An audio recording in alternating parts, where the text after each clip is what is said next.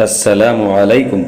أولا وقبل كل شيء أود أن أعتذر لماذا جعلنا الأطفال يجلسون داخل المسجد للوضوء. ليس لدينا مساحة كافية لجلوس هذا العدد الكبير من الأطفال معا للتعليم الوضوء، اضطررنا إلى تخصيص الجانب الخلفي من المسجد لمثل هذا التعليم العملي، ولهذا السبب جعلنا هؤلاء الأطفال يجلسون في الجزء الخلفي من المسجد للوضوء. أيها الأطفال، الآن اغسلوا يديكم 3 مرات واجعلوا إناء الوضوء على جانبكم الأيمن وابدأوا ببسم الله الرحمن الرحيم.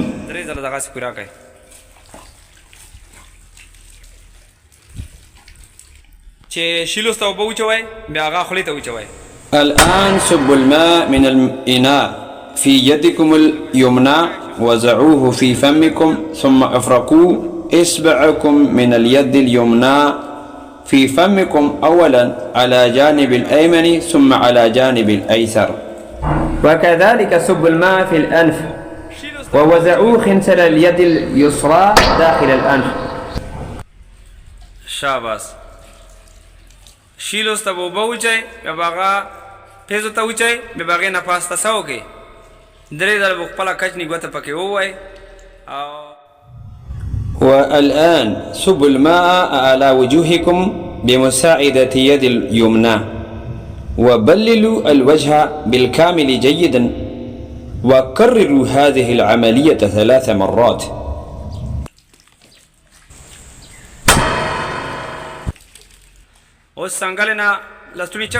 الآن ارفعوا الأكمام من مرافقيكم واغسلوا أيديكم اليمنى مع مرفقيكم مرة واحدة وادلكوها جيدا ثم صبوا الماء كما صبتم من قبل مرتين أخريين على جميع المرفق.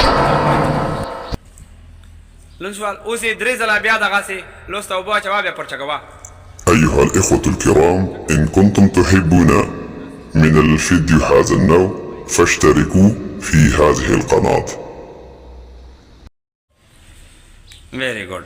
ودغه طریقې باندې کینلوس توبه وچوا. الآن اغسلوا أيديكم اليسرى كما غسلتم أيديكم اليمنى مع المرفق مرة واحدة وادلكوها جيدا ثم صبوا الماء كما صبتم على المرفق اليمنى من قبل.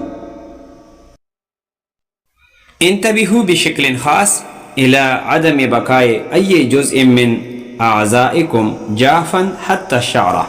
الآن اطرحوا قلنس وتقم من رؤوسكم وبللوا أيديكم فامسحوا على رؤوسكم من قبل إلى خلف.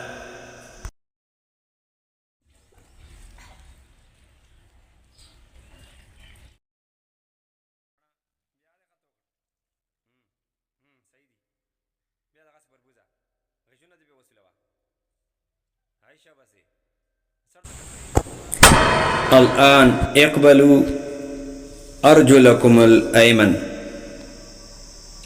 واغسلوها بيدكم اليسرى وخللوا أصابعكم بخنصر إصبع الأيسر من جانب الأيمن إلى جانب الأيسر كما فعلته، فافعلوا كفعلي.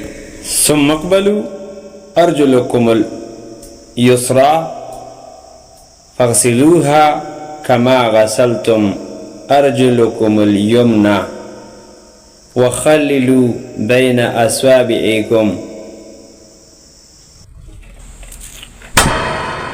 شاباس.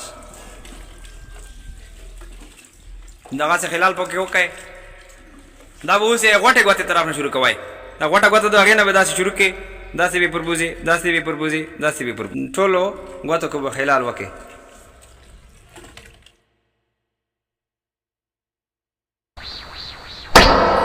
والآن خذوا قليلا من الماء المبتقي في كفكم اليمنى واشربوا منه 3 شربات ثم اقرأوا كلمة الشهادة. شیلوستا داسې بیا چک شي هغه خولې ته وچوئ وبم داسې اوس اسمان په لوک صاحب کلمه وایي اشهد الله